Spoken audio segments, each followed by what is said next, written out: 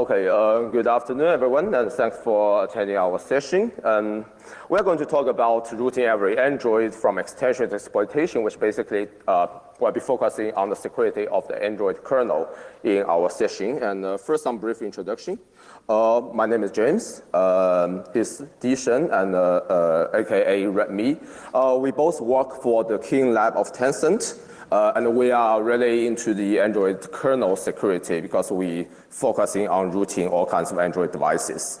And our lab has been working on Android security, Android kernel security for more than 2 years. And during that course, we are quite proud that we contribute to multiple non-malicious routing solutions, which are quite welcomed by the communities, including the ping-pong route, which was released last year to be one of the first root utility released for the Galaxy S6. And also the CVE 2015-8805, which was released this year, and actually pushed Google to release its first security advisory of Android during the history. So these are two major generic routing tools we worked on, and also we released some multiple, quite some device-specific routes, which will also be discussed in today's session. Okay, so here's the agenda of our session, and today we are going to discuss a very interesting attack surface of the Android kernel, which is named wireless extension. So this actually exists in almost every Android device because most of the devices comes with a Wi-Fi chipset. So during the session, we are going to give you a generic overview of how this interface looks like and what are its potential weakness spot and how we actually discover vulnerability inside it. And following that, most of the time we'll be spending on 3 different cases. They are actually affecting not just the different SOC, but also comes in with different types of vulnerabilities. And last but not least, we'll also mention Google's latest mitigation, which helps reduce and mitigate the attacks from this attack surface. Okay, so first thing first, let's get into the overview section. So what is the Wi-Fi, or we call wireless extension of Android? We all know that beneath the Android, beneath all the graphic stuff, we still have a Linux kernel there. And for Linux kernel, there are a lot of contributions from different communities, and one of them is actually wireless extension, which was designed by Gene. He is a HP lab researcher, I think, whose main concern of research is communication and network protocols and all this kind of stuff. So he was quite concerned by the variety of different wireless drivers in the early times, so back in 1997. So he would like to design a wireless, a standard and uniform way that user can manipulate any wireless networking device. That's a setting some standard for the wireless devices drivers for the Linux kernel. So eventually, he designed this wireless extension API, which was implemented in almost all major wireless solution vendors, by almost all the major wireless solution vendors. It will be replaced by CFG 802.11, which should be a little bit newer, but also still supplies with backward compatibility. So if there's some issue in the implementation of the wireless extension, it is still potentially can be attacked, even the device comes with the latter wireless extension standard. And also, it doesn't mean that CFG 802.11 is more secure, because we are also seeing vulnerabilities discovered in the implementation of this API. Okay. So let's look into the interface itself. Let's look into the wireless extension API. And it actually comes in 2 major interfaces. One of the interfaces actually is implemented as a procfs node, which just provides some status which you can query. Basically, just read that file. It's under proc, net, and wireless. So just get the file and you'll see some statistic data of different wireless interfaces, which does not provide too many features there. So this does not likely to be some kind of major attack surface of the wireless extension.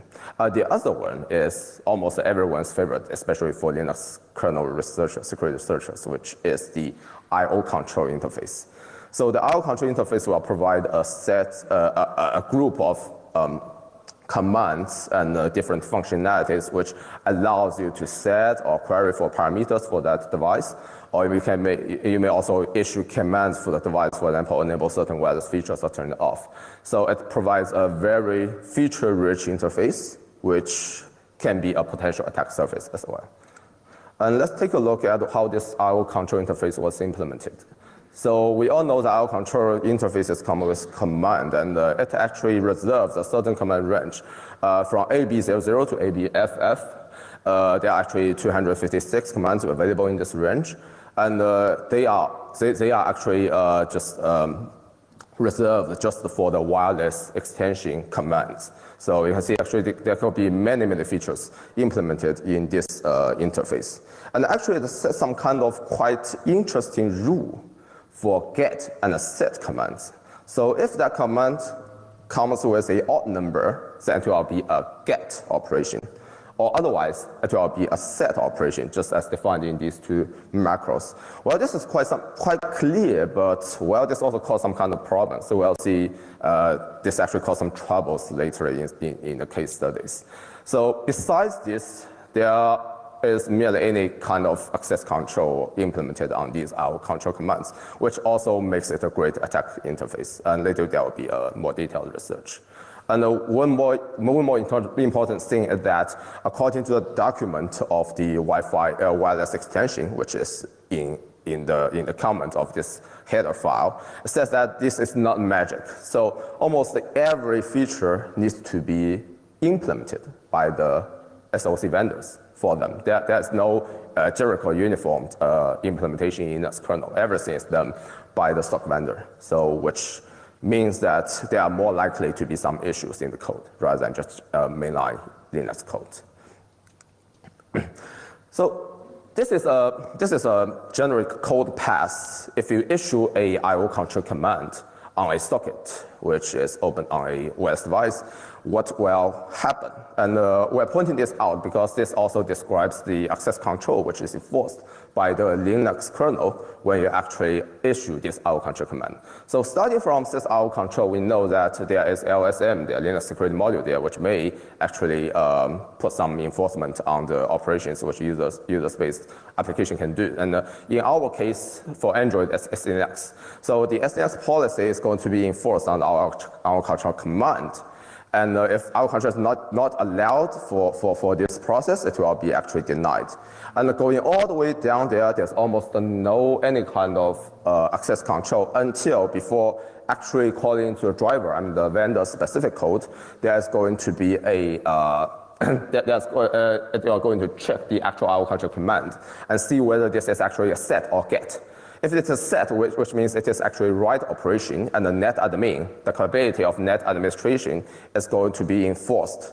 And there will be, so normal users without this capability will not be able to operate on that socket with that specific I/O control command. So as you can see from this diagram, basically there's almost no other access control is applied on this.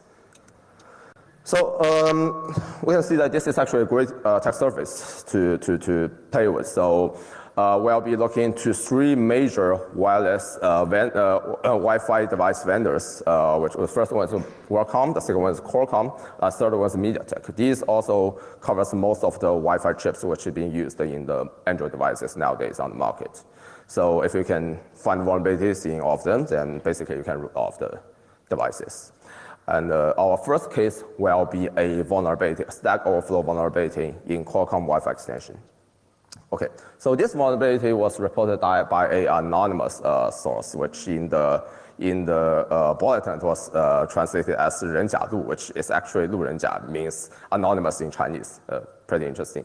Assigned with a CVE number 2015 0570.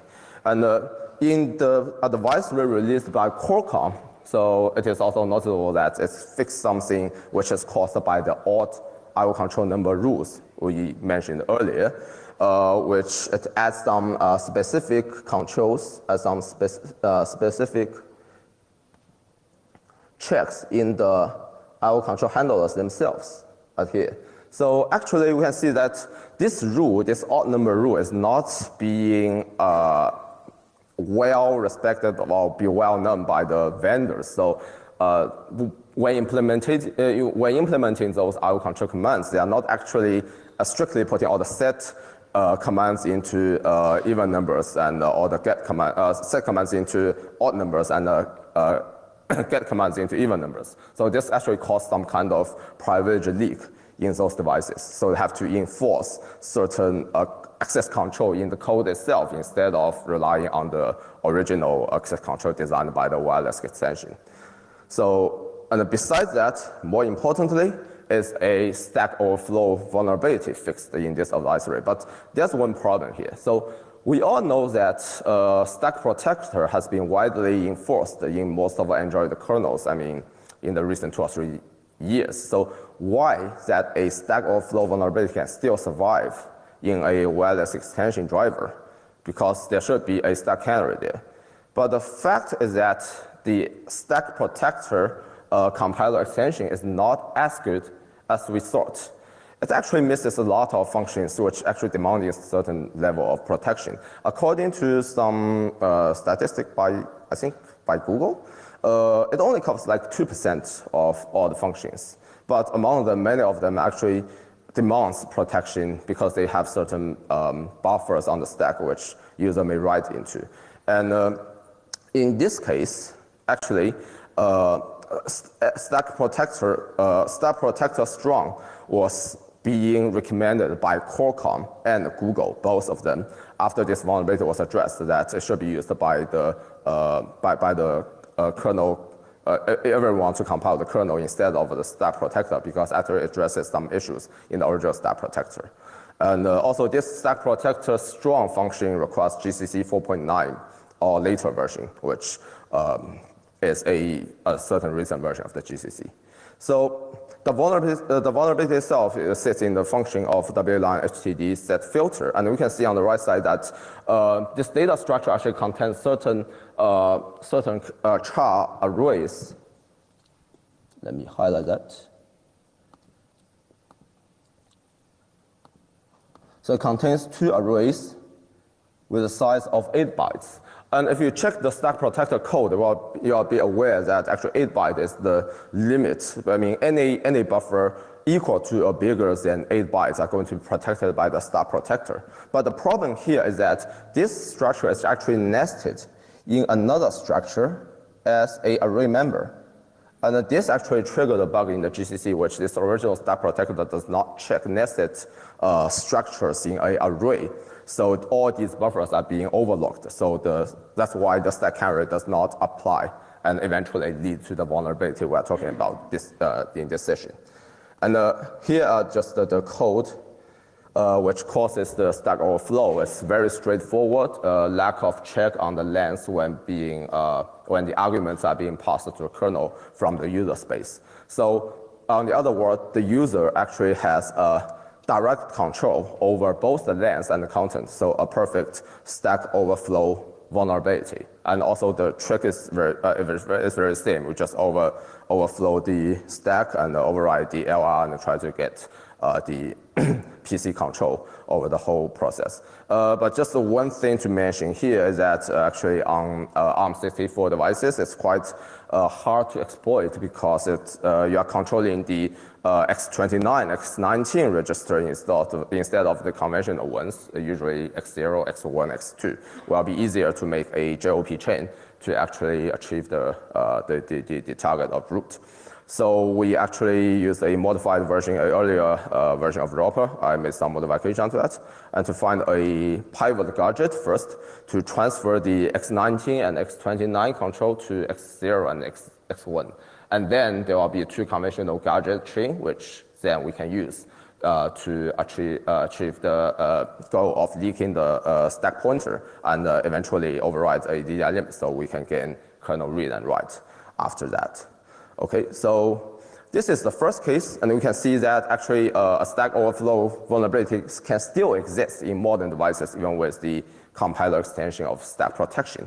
And lately, Redmi will introduce 2 other more interesting cases which affecting 2 different wireless vendors. And also he will conclude with the Google's latest mitigation of this issue. Okay. Thank you. Here comes the second case. The discovery of that Qualcomm vulnerability put our attention focused on WXT, and so I continued the work and found some other vulnerabilities on MediaTek WXT and Broadcom WXT. And this bug is a data section overflow, and it's obviously exportable. So I just finished exporting the exploit in 2 days without any hard-coded symbol address, and at that time we didn't report it to Google yet. But taking into account that it's very easy to find this vulnerability by code auditing, so I'm not very surprised that another researcher from Google Project Zero also reported to Google at December 2015. So the CVE number of the second case is CVE 2016 and 0820, and it affected all MediaTek devices. Actually, it's a very classic copy from user issue, and the WXT handler copied the input buffer from the user space to the data section without verifying that the size of input buffer is less than the size of output buffer, so leading to a data section overflow. The destination address is AUC OID buff, and I'm going to highlight it. And it is 4,096 bytes in data section, and the vulnerable code has been shown on the slide, so you can see that the data length is provided by user and can be any value. So in this way, we got a chance to overwrite other variables just behind the AUC OID buff and in the data section. So how to exploit it? A classical idea to achieve kernel code execution is overwriting a global function pointer located behind the AUC OID buff. And so I'm going to highlight, and I'm going to overwrite this function pointer. And in this case, I'm going to try to overwrite the pfwlen remove. To avoid a kernel crash, I better not craft other unrelated global variables in gray. So I better know the data of these unrelated variables, and I also have to know the relative offset to the AUC OID buff. So I need to know the offset here. So another vulnerability, which is leaking the value of these variables, is necessary. So fortunately, another command completes this task perfectly. There is no boundary check when called copy to user. So we just get the value of these variables behind the GUC. Oh, I'm going to highlight. It's here. The GUC buff debug code.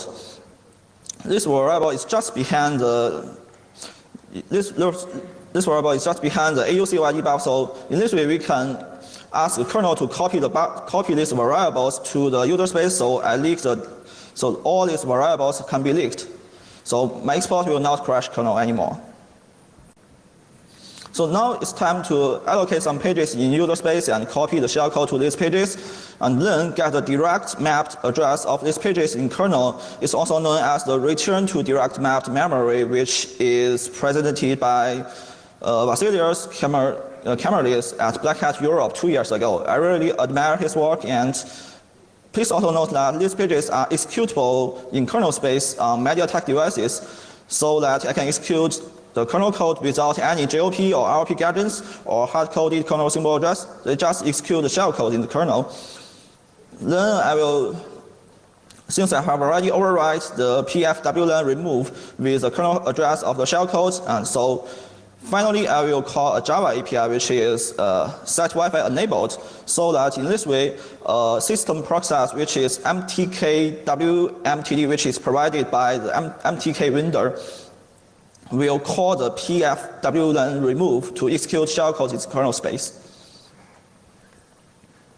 So finally, we will gain root privilege and recover. After that, we will recover every modified global variables. So that's the second case. So here comes the final case. And I think the previous two cases are kind of warming up because the third exploitation is much complicated than the previous two cases. So firstly, it is a user free due to the race condition, and the naughty problem is the window is very small, so I need to refill the freed objects in a very short time. This is the biggest challenge of this case.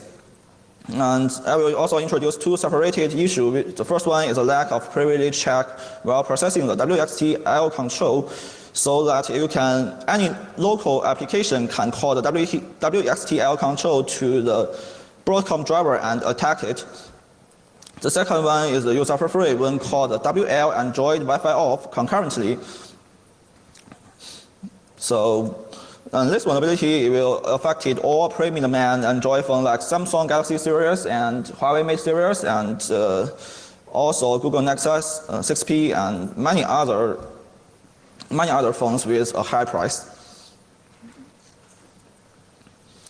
And before I introduce how the vulnerability is going and how to exploit it, there is another interesting fact is that the second issue is discovered by running some test code while pressing the Wi-Fi button on and off repeatedly and crazily. And then the kernel crash and the crash is reproducible. So after analyzing the crash, I realized that I found the user free bug accidentally. So by analyzing the crash message from kernel, you can see that the name of process who triggered the crash is thread 128. It means that it's a bundle thread belongs to the system server. The system server is a core process of Android running in user space, and it has several worker threads to handle the bundle IPC request from other applications. And by analyzing the core stack of the crash, you can see that it crashed while calling the WXTL control, and so this core stack belongs to the WXTL control handler. So after that, by reproducing and debugging the issue again, finally I realized that it's a user free due to the race condition between attacker's L control request and the system server's L control request handled by the Broadcom WXT. So I just said that there will be two separated issues. The first issue is CVE 2016 and 2475. The WL Android privilege CMD is able to be called with insufficient privilege. It means that any local application can also call this function to change the status of Wi-Fi chipset directly. So in this image, you can see that the DHDL control will process this command, which is SIOC DV private +1. And but there is another permission check just behind it. It's over there, but it's too late. The let L control command has already been handled without any permission check, so that's why it is an issue. And so we just go into that WL Android priv command. In this function, a large number of commands will be progressed without any permission check, and the most attractive to me are the CMD start and the CMD stop, here and here. So because these commands will trigger the UEF bug, and after all threads, if two threads disabling the Wi-Fi concurrently is why the UEF happened.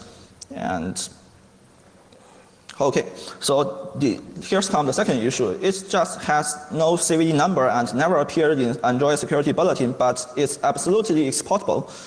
The patch is quite simple. It just removed one line code here. Oh, sorry, the slides crashed. Just wait a second.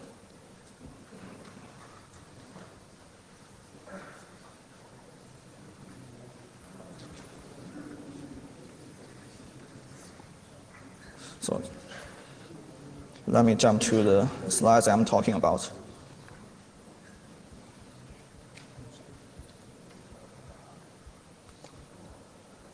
Perhaps I found another vulnerability accidentally. Oh, I think it's here. Okay, so the patch just removed this line, and it means that in case PCIe bus already done, it should not disable the IRQ calling anymore, because when the bus is done, lots of resources and objects has been freed, and the removed code will still reference these resources and objects, so it will trigger a use suffer free bug. But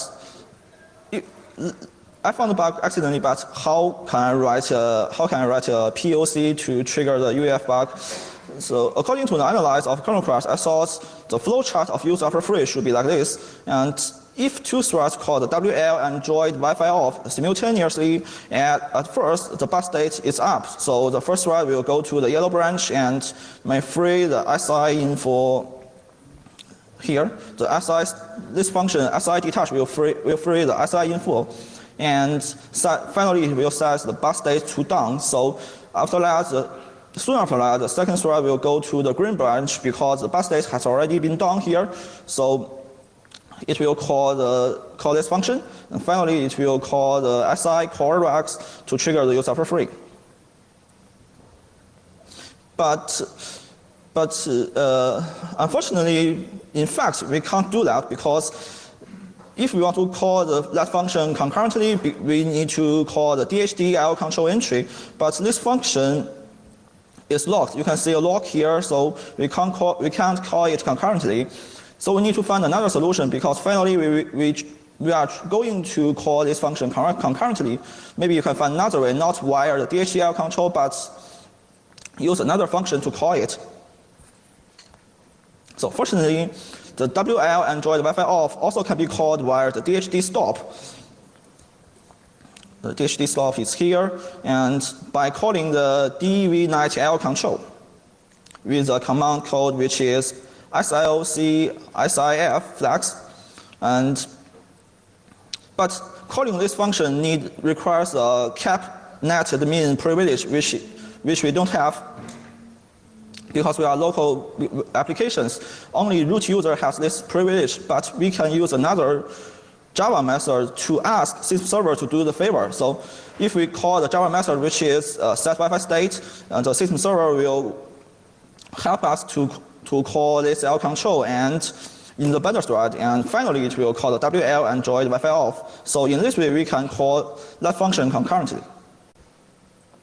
So here is a real flowchart of the UEF. Attacker should create a thread to call the WL and join Wi-Fi off to free that object. So he will create a thread here, and finally it will call the SI detach to free the SI info object. After that, he will call a Java API from via the bundle APC. So the system server will help us to call the WL Android Wi-Fi off concurrently. So finally, it will trigger the use suffer free. So these pieces of code show that how we can control the code flow when use suffer free happened. If the refilled object meets several requirements, it will reach a macro here. But before that, you need to make sure that the bus call ref is not equal to the 2, 4, or 6, and the SOCI type must equal to the SOCI SB, and the bus type should not be either of them. These variables are all the members of the freed object SI info, so we can control that if we can refill the freed object. So finally, it will reach macro here, and you can see that SI is the freed object that you can control. So here is a function pointer, and here is the first argument. Both of them can be controlled by the attacker. So in this way, we can control the code flow and execute kernel code. So since it's a use suffer free due to risk condition, so we need to care about the window. You can see that the window is quite small. I have already added some print k logs in the kernel, so it can tell you when the object was freed and when it was reused. In fact, attacker only has 0.02 seconds to refill the object and execute code in kernel. So the object refueling is a big challenge. So let's talk about the racing and object refueling. If the racing failed, nothing will be happen except an error returned. That is okay. But if the racing succeeds but refueling failed, kernel will crash. So we have to find a way to spray the kernel heap efficiently and quickly. And also, in this case, we better fully control the data and the length of the refueled objects. So normally, I will use the send and message to spray the kernel heap, and this time it's still working. Okay, so how to spray the kernel heap by send message? Firstly, I will create two processes as server and client, and the client should send bytes over the TCP connection and using the send message, but the server should not respond that. Just like the client, just like the message header, you can see that here.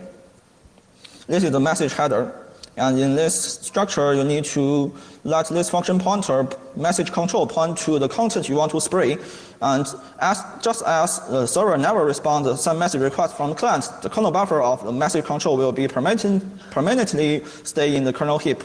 So to spray the heap in the kernel, just create many pairs of server and client and do the above steps.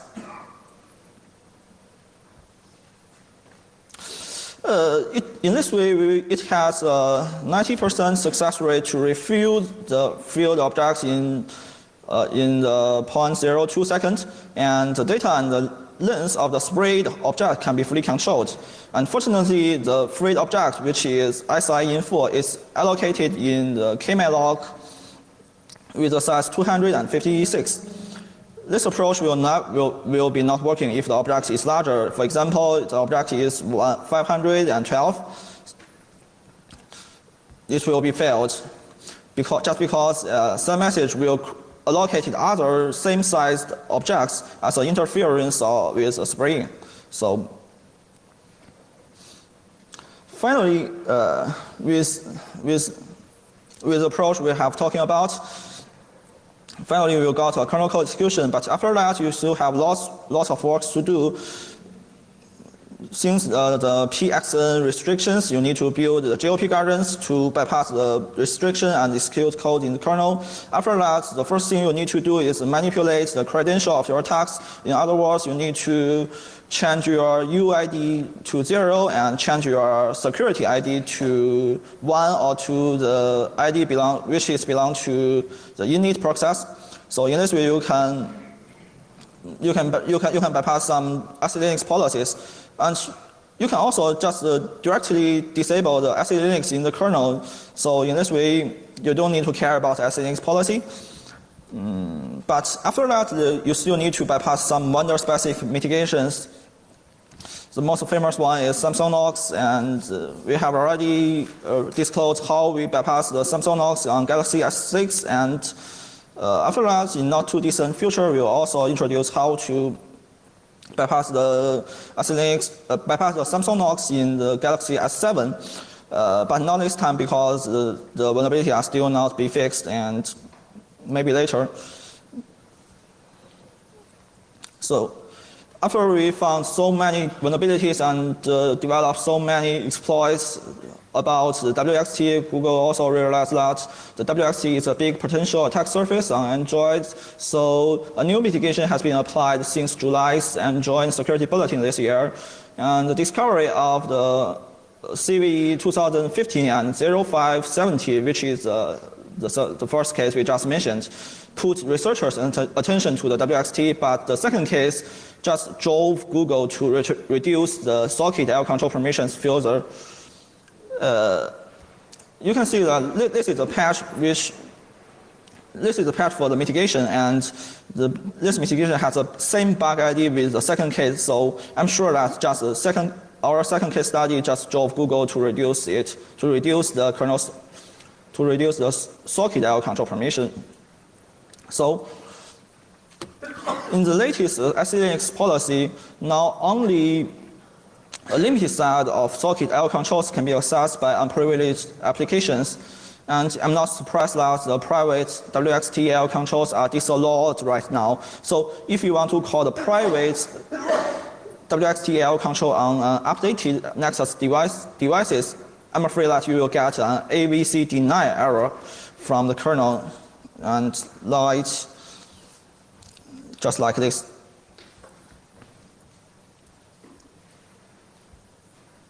So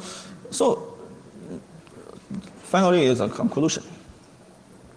So after we use 3 exploits mentioned above to root large number of devices with Qualcomm, MediaTek, and the Broadcom Wi-Fi chipset, I believe that the WXT private L control it was once an awesome attack surface on Android kernel, and the normal code in Linux kernel is really safe because it has been a long time and so many researchers are working on that, but the vendor code is still buggy. But Google really did a good job on surface reduction in this year because they did disallowing the WXTL control is just one of their contributions. They also do some other works to reduce the more and more attack surface on Linux kernel.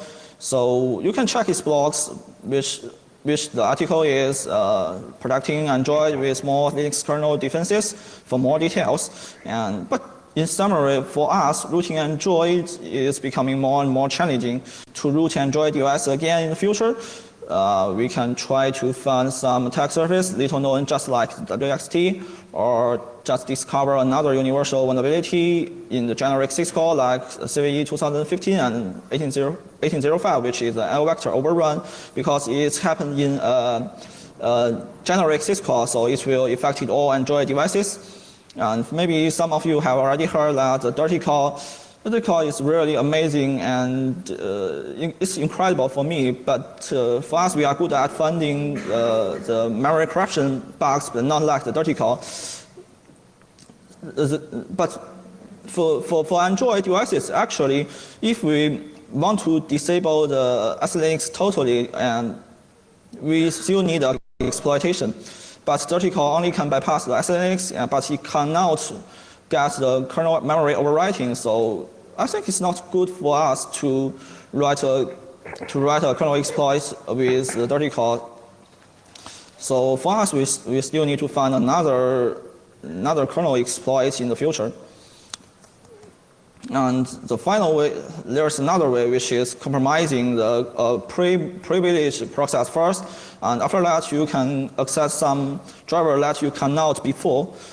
So after that you can attacking the drivers which are only accessible to the privileged process. This is another option, but compromise user mode process on Android is pretty hard. I think it's just another hard work. So, okay, that's all for our presentations. Thank you for attending, and we really appreciate that. So, if you have questions, you can ask now. We are happy to answer it.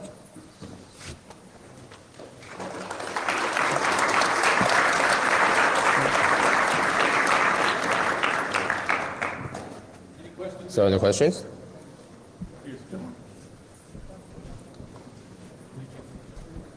A quick question about the heap spraying method. You said that you're putting the content to spray in message control, right? Yeah, message So control. as far as I know, isn't message control goes through a sanitation check when you send it via send a message for like file descriptors and any kind of this data? No, we're talking about if any sanitizer can be implemented when actually the send message is issued by the user space applications. Excuse me? So you're talking that any sanitizer can be. I mean that when you use message control for heap spraying, usually it goes through input type sanitation for file descriptors, because this is the field that usually is used to transfer file descriptors and spatial data for specific protocols. So as far as I know, and I might be wrong, it goes through a sanitation check, and therefore it does get allocated, but then it is immediately freed because the sanitation failed, unless your spraying data matches exactly the file descriptors array in the kernel, which is unlikely. I think that the cases we are talking here is actually not just for the file descriptors, it's just some kind of generic message exchange mechanism inside Linux. I don't see any sanitizer in this mechanism yet. So basically, it's still a actually, the standard message is also used in our 1805, the CV 2015-1805, the vector overrun exploitation, to actually concat another piece of our vector array after the one which we are going to overrun into and have fully controlled data, so we can actually exploit the vulnerability. No problem. Anyone else? Question? Thank you, gentlemen. Okay, I think that's it. thank you, guys. Thank you. Thank you.